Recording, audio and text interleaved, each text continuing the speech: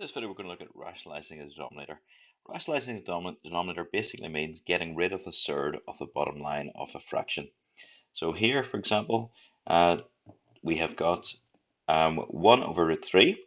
To rationalize this one, what we do to get rid of the surd on the bottom line is you multiply the top and the bottom by root 3 over root 3. Now people think, why can you write multiply by root 3 over root 3? Why can you just pick to multiply by something like this? Well, if you think about what this is, root 3 divided by root 3 is just 1. And if you multiply something by 1, it just stays the same value. So, for example, if you multiply 7 by 1, you just get 7. If you multiply 1 by 5, you still just get 5. So the thing stays the same. So this process, all it's doing, it's changing how the thing looks, but its value will be the same. So let's go back and look at what we actually get if we multiply top and bottom by root 3. So multiply along the top. 1 times root 3 is just root 3, and multiplying along the bottom, root 3 times root 3 is just 3.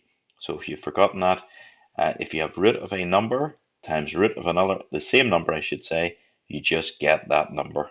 So root 3 times root 3 is just equal to 3, just like root 7 times root 7 would just be equal to 7. Okay, that was the simplest one. The next type of one is when you have got 1 over b plus or minus root a, and it could have been the other way around, by the way. It could have been a plus or minus b. But if you have that, then what you would have to multiply the top and bottom by is b minus plus of root a. So basically, the sign of this bit here, the sign of this middle bit, changes. So if that had been a plus, it changes to a minus, and if it had been a minus, it changes to a plus. Okay, so let's look at a couple examples on these. So the first one here, we've got A, says rationalize, and it was 5 over 3 plus root 2.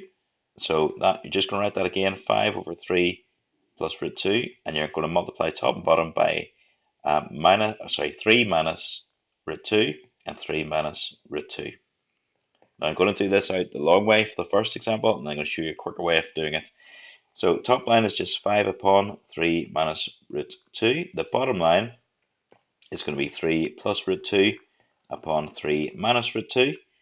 And then if you multiply the top line, you're going to get 15 minus 5 root 2. And if you multiply the bottom line, you've got 3 times 3, which just gives you 9. You've then got 3 times minus 2, which gives you minus 3 root 2. And then you've got your root 2 times 3, which gives you 3 root 2. And then you've got root 2 times root 2, which is just 2, and it was plus times a minus, so it's minus. Now, if you have a look on the bottom line, what happens here is the two middle terms cancel out, just leaving you 9 minus 2. So overall, it becomes 15 minus 5 root 2 over just 9 minus 2, which is 7, and that's as good as we can go. Okay, for the next one, for part B. For part B, we had 10 over root 3 minus 1. And so what you do is multiply the top and bottom by root 3 plus 1. So that's what our top and bottom gets multiplied by. Oh, sorry, that should have been a minus 1 to start with. So root 3 minus 1, and then root 3 plus 1. Now let's just look at this bottom line for a wee second. This bottom line, we have this bottom line, if I could get the right thing. This bottom line we have got, it's in the form x minus y upon x plus y. So if you multiply it out, you'll get x squared minus y squared by the difference of two squares identity, which we know.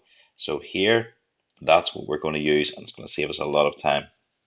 So your top line, just multiplied out, you're going to have 10 root 3 plus 10, and your bottom line, you've got root 3 minus 1 upon root 3 plus 1, so that's just going to be root 3 squared minus 1 squared. And then we're just going to sort that out because it's a bit of a mess. So top line's the same, it's 10 root 3 plus 10, and your bottom line is just going to be root 3 squared, which is going to be 3, minus 1 squared, which is just 1. So we've got 10 root 3 plus 10, all divided by 2. And if you divided those, you have two terms, both divisible by 2, so you might as well do that. So it's going to be 5 root 3 plus 5.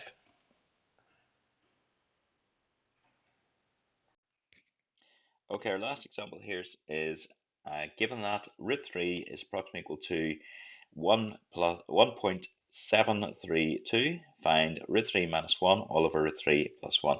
Now this is now in the modern, say, new CCA AS pure module. It's a calculator module, so really this is how I would expect them to ask a question that gets to do with surge, because this means you cannot get away with just putting your values into your calculator and working it out. You have to actually understand what's going on with surge here. So you need to understand first of all how to rationalize. So we're just going to start by rationalizing the denominator here. So we're going to multiply our top and bottom by root 3 minus 1. And then we'll just work down and see what we get. So the top line, so this is doing, I'll just write this with our brackets, just makes it a wee bit easier to see, root 3 minus 1 upon root 3 minus 1, and the bottom line is root 3 plus 1 and root 3 minus 1. So using the wee technique from what we've done in the previous example, our bottom line is actually the easiest thing to do. So we'll just do it first, get it out of the way, because it's the difference of two squares. So it's just going to be root 3 squared minus 1 squared. My top line's a wee bit trickier. Root 3 times root 3 is just going to be 3. Root 3 times minus 1 is minus root 3. You've also got another minus root 3, so it's minus 2 root 3. And then minus 1 times minus 1 give you plus 1. So we'll go up here and sort that out. Bottom line was root 3 squared, which is 3 minus 1. And then top line is going to be 4 minus 2 root 3. So again, tidy up, that's going to be 4 minus 2 root 3 all divided by 2, which just becomes 2 minus root 3. And this is where this bit comes in here. You're told in the question that root 3 is approximately equal to 1.732.